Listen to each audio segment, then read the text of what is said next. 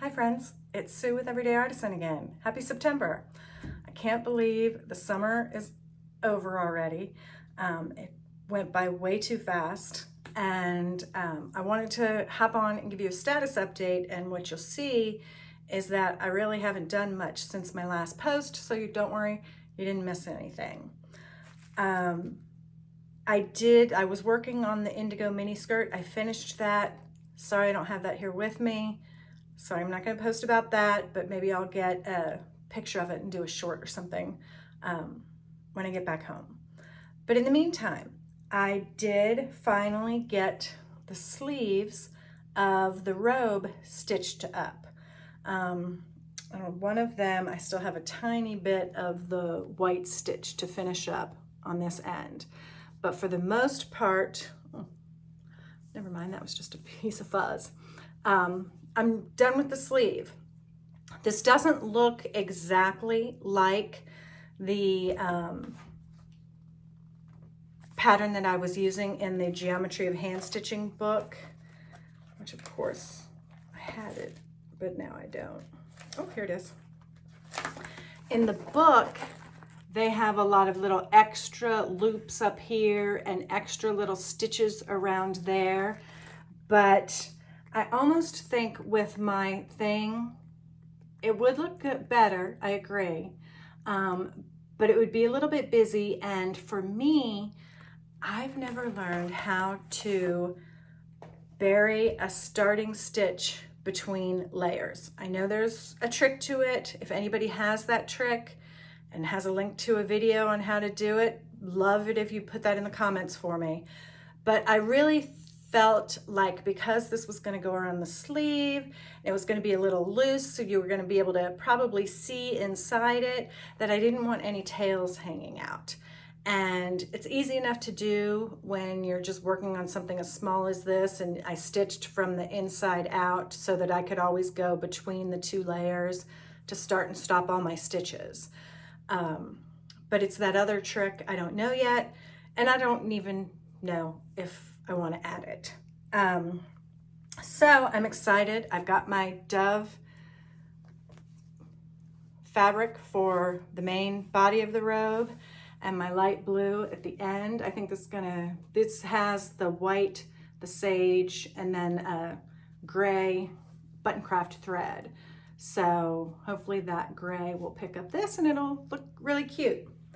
And I remember I told you that I had purchased the pattern from a craft thrift store for 60 cents. So one would think that would mean, hey, go ahead, cut it up. It's only 60 cents. But if you remember one of my old videos, the two things I do before I construct any Alabama Chanin kit, one of the things was I take the pattern pieces in the kit and then I make a muslin of them so that I could use that pattern again and again if I ever needed to, because as we know also from one of my May videos that I make mistakes.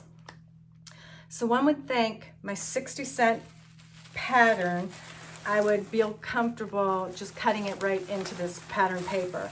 But I haven't, I was like, oh, I'm gonna make a muslin of it because, I might want a heavier winter robe, or I might want to do some of the other patterns in that package, which are pajamas. And I was like, oh, well, I would love a pair of organic cotton pajamas. So I was like, oh, well, I'll just buy the muslin because I'm out of muslin. I'll just buy some muslin and make the pattern, which hasn't happened all summer long. So there you go. And ironically, I finally did order some muslin from Amazon. Part of the problem is with Joanna's closing, it's not as easy to just go buy stuff anymore. And the irony is, even now I have the muslin, I'm like, oh, I'm just gonna cut the pattern. It was 60 cents. So who knows? I'm not sure yet. Today is Labor Day and I have the day off of work. So I'm going to try to make some progress on this project finally. There's another project I've kind of been playing with. I know I mentioned it to you guys. It's the fitted dress in Ballet over Natural with the Anna's Garden stencil. I stenciled, this was like the third or fourth garment I ever made, and I stenciled it with gold paint and stitched it up in the reverse applique using off-white thread and just a running stitch around the shapes. And because I had made it so long ago, it was way too skinny. So at first I'm not great at construction. That's not, like I never took sewing classes or anything like that. So first what I did was I cut out 3-inch racing stripes and put them on each side, and then tried it on. You know, I just picked a number when I picked 3. And so I finally was hanging out with my sister a little while ago and trying it on, and we were kind of pinning things up and trying to figure out how to go about putting it back together. And I think we decided I should do 2.5 inches. 3 was a little too much. Part of the beauty of the Alabama Chanin patterns is they are very shapely and feminine.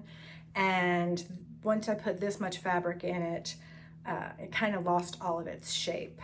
But the other main thing I'm gonna do, and that's the back, hold on. The other main thing is I'm going to shorten each of these straps. So right now, if I put it on, that's kind of low for me and my age. So what I'm gonna do is go ahead, and if I shorten it, it also makes the underarm scave work better. So I'm gonna shorten each strap by about 1 inch. I'm gonna take off all the binding. You can see I've already taken it off on the arm side. I'm going to take that off and get a new binding. And this is, again, I said, made this like one of my first times, and it's kind of not a great looking herringbone stitch, I believe. And so I'm gonna re-put that back on with the rosebud stitch, which is my favorite. So I really want to, actually I'll probably go ahead and work on this first today, because this is something I really want to wear with like my little off-white cropped cardi, because you know I love those. And I got a pair of boots that would look good with this. So I think this would be, want to get this done because this would be a good outfit to wear in September. And then the robe comes next. So if I have any updates, I will share them with you. And thanks for staying with me, even though it's been so long, and really hoping to get some more projects in the works soon.